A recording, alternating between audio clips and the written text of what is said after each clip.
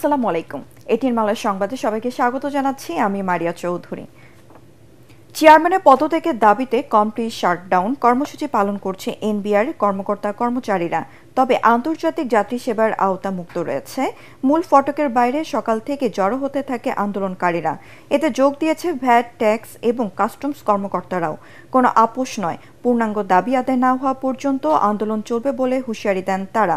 এদিকে এনবিআর ভবনে অতিরিক্ত আইন শৃঙ্খলা বাহিনী নিয়োগ করা হয়েছে।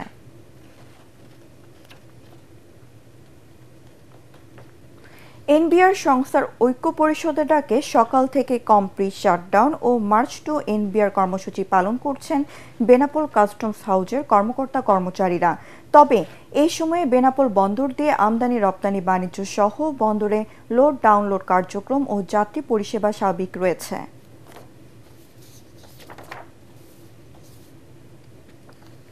পাঁচ দিনের চীন সফর শেষে দেশে ফিরেছেন বিএনপির 10 সদস্যের প্রতিনিধি দল। রাতে হযরত শাহজালাল আন্তর্জাতিক বিমানবন্দরে বিএনপি মহাসচিব মির্জা ফখরুল ইসলাম আলমগীর জানান, চীনের কমিউনিস্ট পার্টির আমন্ত্রণে তারা গিয়েছিলেন। দলটির সাথে রাজনৈতিক সংলাপে সমঝোতা চুক্তি করতে যাচ্ছে বিএনপি। তারা দলের ভারপ্রাপ্ত চেয়ারম্যান তারেক রহমানকে চীন সফরে আমন্ত্রণ করেছেন বলেও জানান মির্জা ফখরুল। নির্বাচনের আগে এই সফরকে গুরুত্বপূর্ণ মনে করা হচ্ছে।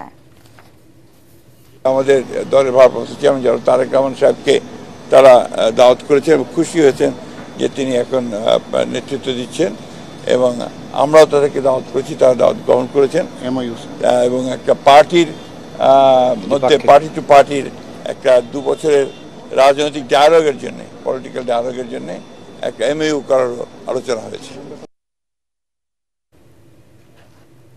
যতদিন দেশে কোরআনের শাসন চালু না হচ্ছে ততদিন পর্যন্ত জামায়াতে ইসলামের কোনো বিশ্রামের সুযোগ নেই বলে মন্তব্য করেছেন দলের কেন্দ্রীয় নায়েবে আমির অধ্যাপক মুজিবুর রহমান। সকালে সাভারে ঢাকা জেলা জামায়াতে ইসলামের উদ্যোগে ইউনিয়ন পর্যায়ের ওয়ার্ড সভাপতি ও সাধারণ সম্পাদকের নিয়ে আয়োজিত সম্মেলনে দেয়া বক্তৃতায় তিনি এই কথা বলেন। নায়েবে আমির আরও বলেন, আওয়ামী লীগ ক্ষমতায় থেকে বিনা বিচারে জামায়াত নেতা কর্মীদের হত্যা করেছে, তাদের বিচার এই বাংলার মাটিতে হবে। ঢাকা জেলা জামায়াতের আমির মাওলানা মোহাম্মদ দেলোয়ার হোসেন, জেলা সেক্রেটারি মাওলানা আফজার হোসেন এই সময় উপস্থিত ছিলেন। ছাত্র জনতার গণ অভ্যুত্থানের বছর পার হতে চলল, এখনও ঝুলে আছে বহুল প্রত্যাশিত ঢাকা বিশ্ববিদ্যালয় কেন্দ্র ছাত্র সংসদ ডাকসু নির্বাচন। সব অংশীজনদের সাথে আলোচনা শেষ হলেই চূড়ান্ত হবে মিনি পার্লামেন্ট খ্যাত ডাকসু নির্বাচনের দিনক্ষণ। এটিএন বাংলাকে এইসব কথা জানান ডাকসু নির্বাচনের চিফ রিটার্নিং অফিসার অধ্যাপক জসিমউদ্দিন। তবে নতুন বাংলাদেশের ডাকসুতে স্বচ্ছ প্রক্রিয়া ছাত্র সংসদ নির্বাচনের দাবি সব ক্রিয়াশীল ছাত্র সংগঠনগুলোর। বিস্তারিত মাজহারুল হক মুহাজিরের রিপোর্টে।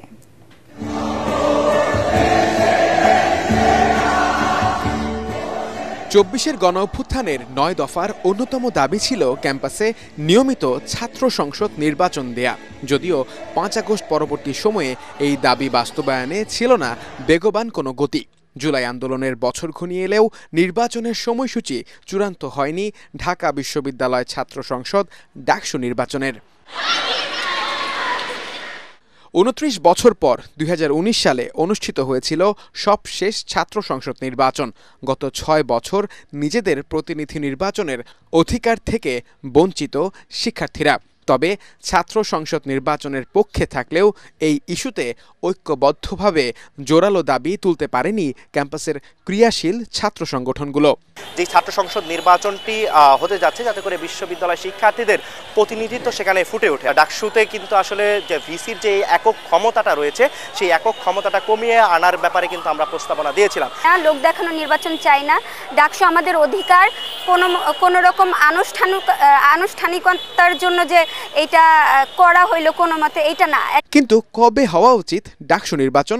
ঢাকা বিশ্ববিদ্যালয় শাখা ছাত্রদল সভাপতির সোজা সাপটা জবাব, অতি দ্রুতও নয় আবার বেশি দেরিতেও নয়। অন্যদিকে এই ডাকসু নির্বাচন আরও আগেই হওয়া উচিত ছিল বলে মনে করেন বিশ্ববিদ্যালয় শাখা শিবিরের সেক্রেটারি। নিয়ম নীতি অনুসরণ করে পরবর্তীতে 1 বছর পর পর যাতে ডাকসু নির্বাচন হয়, দ্রুতও নয় বেশি দেরিতেও নয়, একটা সুন্দর টাইমলাইনে ডাকসু নির্বাচন হলে ভবিষ্যতে ডাকসু নিয়ে আর কখনো কাদা ছড়াছড়ি হবে না। ইতিমধ্যে বিশ্ববিদ্যালয় প্রশাসন অনেক দেরি করে ফেলেছে বলে আমরা মনে করি, এবং এই জায়গায় বিশ্ববিদ্যালয় প্রশাসন যথেষ্ট দুর্বলতার পরিচয় দিয়েছে। আমরা আশাবাদী থাকতে চাই। এরই মধ্যে ডাকসু নির্বাচন নিয়ে প্রধান রিটার্নিং কর্মকর্তা সহ 10 সদস্যের রিটার্নিং কর্মকর্তা নিয়োগ দেন ঢাকা বিশ্ববিদ্যালয় প্রশাসন। বেশ কয়েকটি ধাপে সকল অংশীজনদের সাথে বৈঠক করছেন তারা। এক একজনের চাওয়া এক এক রকম, সবগুলো চাওয়াকে আমাদেরকে অ্যাকোমোডেট করতে হবে। জুলাই হচ্ছে কি আগস্টে হচ্ছে, এটা অংশীজনদের সাথে আলাপটা সেরে নিই। সো আপাতত কোনো সংখ্যা দেখতেছি না, আর বাকিটা উপরওয়ালার হাতে। এবছর নতুন 4টি পদ সহ মোট 28টি পদের বিপরীতে লড়বেন প্রার্থীরা। মিনি পার্লামেন্ট খ্যাত ডাকসু নির্বাচন তার গন্তব্যে যাত্রা শুরু করলেও এখনো অজানা তার গন্তব্যে পৌঁছানো, অর্থাৎ এখনো দিনক্ষণ ঠিক হয়নি ডাকসু নির্বাচনের।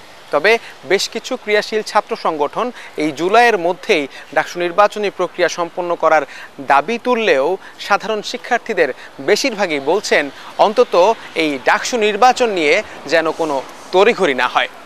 মাসারুল হক মুহাজির, এটিএন বাংলা, ঢাকা। এবার আন্তর্জাতিক। প্রায় এক সপ্তাহ শান্ত থাকার পর ইরানে আবারও বোমা হামলার হুমকি দিয়েছেন মার্কিন প্রেসিডেন্ট ডোনাল্ড ট্রাম্প। স্থানীয় সময় শুক্রবার হোয়াইট হাউসে এক সংবাদ সম্মেলনে তিনি এই কথা বলেন। এই সময় তিনি আরও বলেন, ইরান পারমাণবিক অস্ত্র তৈরির উপযোগী মাত্রায় ইউরেনিয়াম সংগ্রহ করলে দেশটিতে আবারও বোমা হামলা করা হবে। গত 21 জন ইরানের ফর্দ, নাতাঞ্জ ও ইস্পাহান পরমাণু স্থাপনায় B-2 বোমারু বিমান দিয়ে হামলা চালায় যুক্তরাষ্ট্র। ইরানে মার্কিন হামলার আগে গত 13 জুন হামলা চালায় ইসরায়েল। এরপর থেকে টানা 12 দিন ধরে দুই দেশের মধ্যে পাল্টাপাল্টি হামলা চলে। যুক্তরাষ্ট্রের মধ্যস্থতায় 23 জুন ইরান ইসরায়েলের যুদ্ধবিরতিতে সম্মত হয়। এদিকে জন্মসূত্রে নাগরিকত্ব প্রশ্নে ট্রাম্পের পক্ষে আদেশ দিয়েছেন দেশটির সুপ্রিম কোর্ট। প্রেসিডিয়ামের নির্বাহী আদেশ স্থগিত করার ক্ষেত্রে নিম্ন আদালতের ক্ষমতা সীমিত করে এই আদেশ দেওয়া হয়েছে। তবে যুক্তরাষ্ট্রে জন্ম নেয়া কিছু শিশু নাগরিকত্ব কেড়ে নেওয়া সাংবিধানিকভাবে বৈধ কিনা সে বিষয়ে চূড়ান্ত সিদ্ধান্ত দেয়নি সুপ্রিম কোর্ট, যদিও ট্রাম্প সুপ্রিম কোর্টের এই আদেশকে বড় জয় বলে দাবি করেছেন। খেলার খবর। কলম্বো টেস্টের চতুর্থ দিনে কেবল আধা ঘন্টা টিকল বাংলাদেশের ইনিংস।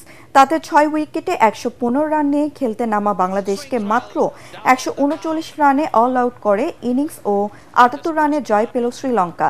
এই জয়ে 2 ম্যাচ সিরিজটি 1-0 ব্যবধানে জিতে নিল স্বাগতিকরা।